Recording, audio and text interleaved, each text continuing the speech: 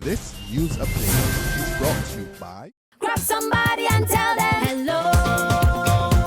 Pure happiness will be connect to flow.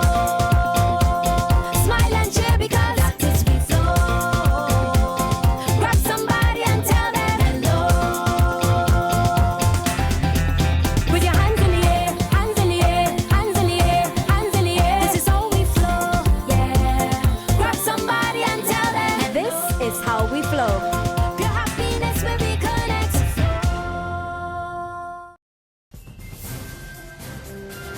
It's Tuesday, November 3rd, and time for the Barbados Today afternoon update. I'm Fernella Wedderburn, and thanks for joining us.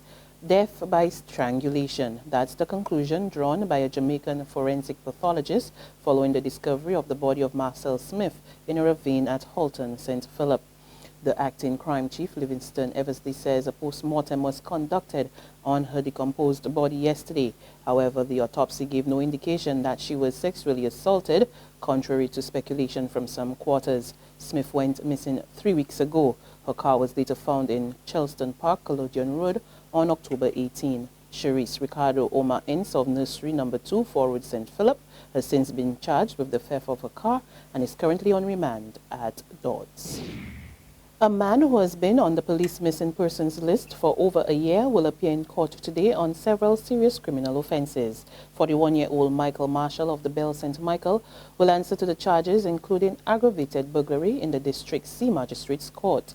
Marshall was one of 2 men arrested when police conducted a raid of a Bell Main Road St. Michael property on October 27.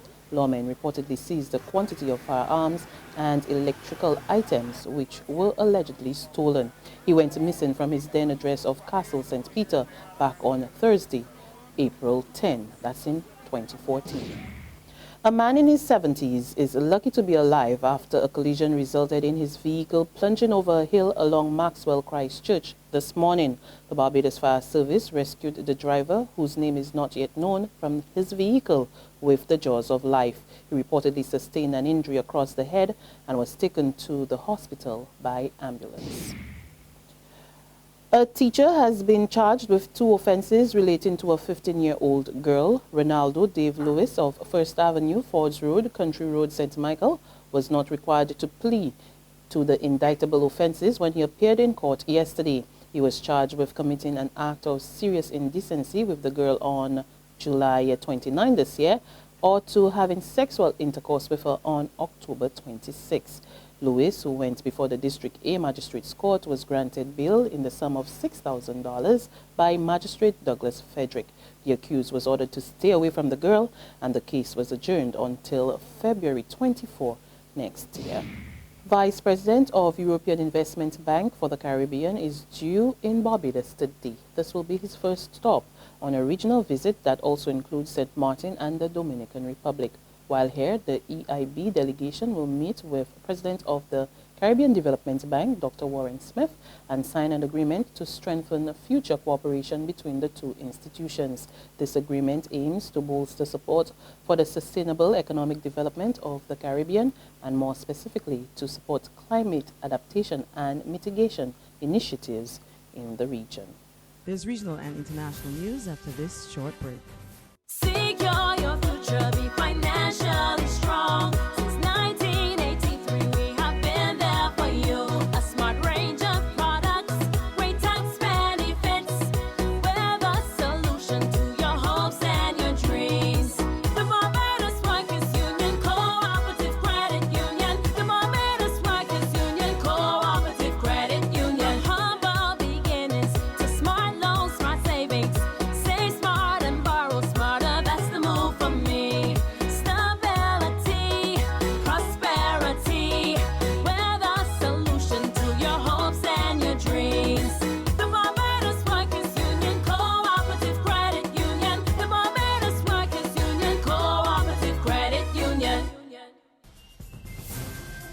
To news from the Caribbean now, Trinidad and Tobago's National Security Minister condemns the murders of 2 of the country's law enforcement officers and says investigators are leaving no stone unturned in finding those responsible. He says the 2 murders are cause for concern.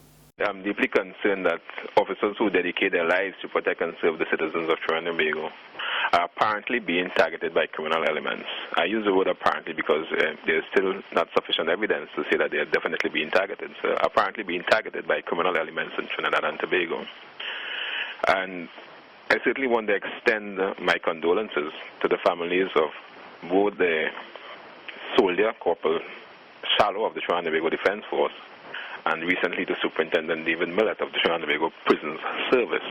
The missing El Faro cargo ship has been found on the seabed of the Bahamas. Officials of the U.S. Navy have been searching the area for more than a week for the missing ship, which went missing during the passage of Hurricane Joaquin while sailing from Florida to Puerto Rico. It was found intact and upright at a depth of 15,000 feet. The ship had 33 crew members on board, but only one body has been recovered so far. The remaining crew, most of them U.S. citizens, are believed to be dead. On the international front, Egypt's president has described as propaganda claims that militants linked to the Islamic State brought down a Russian airliner. The Airbus 321 is alleged to have broken up in mid-air over the Sinai Peninsula on Saturday, killing all 224 people on board. Airline officials blame external influence for the crash, but the president in a BBC interview warned against jumping to conclusion. It takes time to clarify the incidents. You had the Pan American that crashed over Europe, and took years before you reached the truth about the real reasons why it crashed. We cannot just jump to conclusions, but we are cooperating and we are welcoming all authorities to investigate. When there is a propaganda that it was crashed because of Daesh, this is one way to nail the stability and security of Egypt and the image of Egypt. The plane was at 35,000 feet altitude. Believe me, the situation in Sinai, especially in this limited area, is under our full control. And on that note, we come to the end of our afternoon update, but there is more on our website at www.barbadostoday.bb. You can also subscribe to our e-paper, our email updates, and of course, like us on Facebook. We're also on Izumi Media in bus terminals or screenplay at supermarkets and gas stations near you, as well as channel 101 on Flow TV and the Mix 96.9 FM. There you can get all the latest news and sports. I'm Fernella Wedderburn. Good afternoon.